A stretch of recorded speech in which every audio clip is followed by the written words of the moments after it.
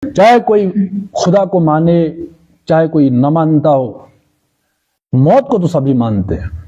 تو یہ بہت بڑی دلیل ہے کہ انسان جو ہے کلائمیکس ہے اس دنیا میں، تمام مخلوقات جتنی بھی ہیں ان پر، تو یہ مر کر جا کہاں رہا ہے؟ تو اگر آخرت وغیرہ نہ ہوتی تو انسان مرتا ہی نہیں، کیونکہ انسان ہی شاہکار ہے، ٹھیک ہے نا؟ نہ تو زمین کے لیے نہ آسمان کے لیے، جہاں ہے تیرے لیے تو نہیں ہے جہاں کے لیے۔ اب ہم کیا دے رہے ہیں کائنات کو؟ کائنات ہمارے لیے، میرے آپ کے لیے، ہم تو فائدہ بہرحال لے رہے ہیں اس سے۔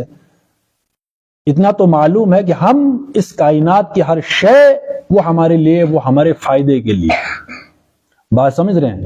اور ہر شے کا کوئی نہ کوئی مقصد ہے، مصرف۔ تو اگر کائنات با مقصد ہے تو انسان کتنا بڑا با مقصد ہے؟ اللہ نے انسان کو ایک مقصد کے لیے پیدا کیا ہے، وہ کیا ہے؟ لیا جائے گا تجھ سے کام دنیا کی امامت کا۔ یہ وہ دنیا کو، یا ایھا المدثر قم فانذر وربک فکبر، وربک فکبر،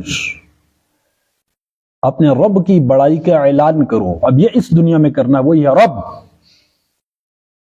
ہم احکامات، حاکم کس کو مانتے ہیں؟ تو جب ہم یہ کرتے ہیں، یہ کام کریں گے، حاکم اللہ کے سوا کسی کو نہ مانے۔ اور جو حاکم کا مطلب ہوتا ہے دنیا میں اب جو بھی ہم نظام، جو بھی شعبہ چلائیں، اللہ رسول کے دی ہوئی اصولوں کے تحت، چاہے وہ کوئی بھی شعبہ ہو، اتنی سی بات ہے۔